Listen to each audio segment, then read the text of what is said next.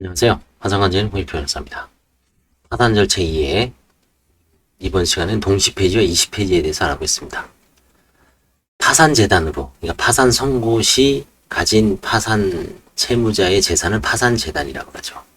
물론 이제 압류금지라든가 면제재산, 환가 포기한 재산 이런 거는 이제 제외하지만 신득재산 네 가지는 제외하지만 파산 선고 시 가진 재산으로 파산재단을 구성한다 그랬죠. 파산재단으로 파산 절차 비용에도 충당하게 부족한 경우에는 파산 선고와 동시에 파산 절차를 폐지하게 되는데 이게 법 317조 제1항에 있습니다.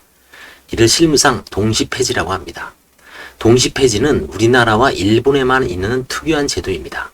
일본의 동경지방재판소는 통상 동시폐지 사건 이외에 즉일면접제도를 운영하고 있는데 즉일면접이란 대리인이 있고 동시폐지 신청을 한 사건에 대하여 신청 당일 또는 그 후 3일 이내에 재판관과 대리인이 면접하여 대리인이 조사에 문제가 없다고 인정되는 경우에는 즉시 면접 당일 즉시 파산 선고와 동시 폐지 결정을 하는 절차입니다.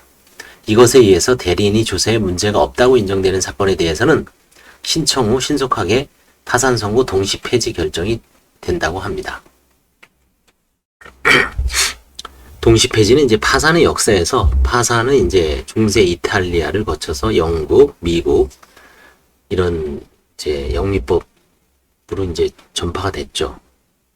물론 이제 대륙인 뭐 독일이나 유럽 대륙에도 이제 파산 제도가 시행되고는 있지만 미국이나 이런 영국처럼 특히 미국처럼 활발하지는 않죠.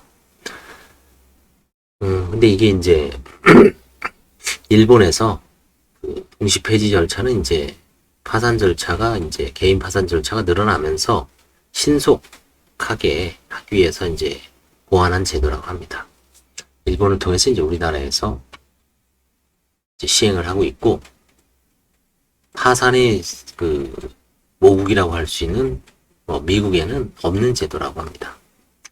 이시폐지는 파산 선고 후 파산 절차를 진행하였으나 관제인이 조사해보니까 파산재단이 아무것도 없습니다. 파산 선고 시에 가진 채무자의 재산을 찾을 수가 없을 때 결국 파산재단이 형성되지 않는 경우나 파산재단이 있어도 예를 들어서 뭐 몇백만원, 2, 300 정도 있다.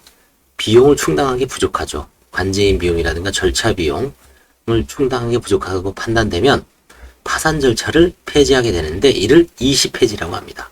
법 545조 제1항에 있습니다.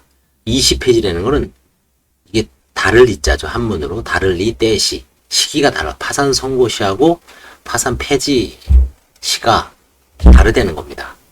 그걸 이시폐지라고 하고 동시폐지는 파산 폐지 절차와 선고 절차를 동시에 한다 그래서 동시폐지라고 하고 있습니다. 동시와 다를 때 이렇게 이제 구분하면 되겠죠. 그래서 사실상 지금 한국에서는 동시폐지 절차는 거의 서울에서는 이제 사라졌고요. 실제 운영하지 않고 지방에서 이제 아마 일부 동시폐지를 아직은 시행하고 있는 그 재판부가 있다고 합니다. 부산 같은데 일부 앞으로 어떻게 될지 모르겠어요. 사실상 서울에서는 뭐 동시폐지 절차는 법인 절차에서 뭐 유동화 전문 회사를 파산 선고할 때 예금보험사가 관제인일 때 그런 경우에는 법인에서도 동시폐지 절차를 간혹 시행하는 경우가 있는데 개인 파산 절차에서는 서울의 경우에는 동시폐지 절차는 사실상 지금 시행되지 않고 있습니다. 앞으로는 또 어떻게 될지 모르겠습니다. 앞으로 또 파산 절차 신청인의 조사가 특별히 문제가 없고 특히 이제 공공 영역에서 신청하는 사건에 대해서는 법원에서는 언제고 다시 예전처럼 동시폐지로 돌아갈 여지도 있다고 생각합니다. 감사합니다.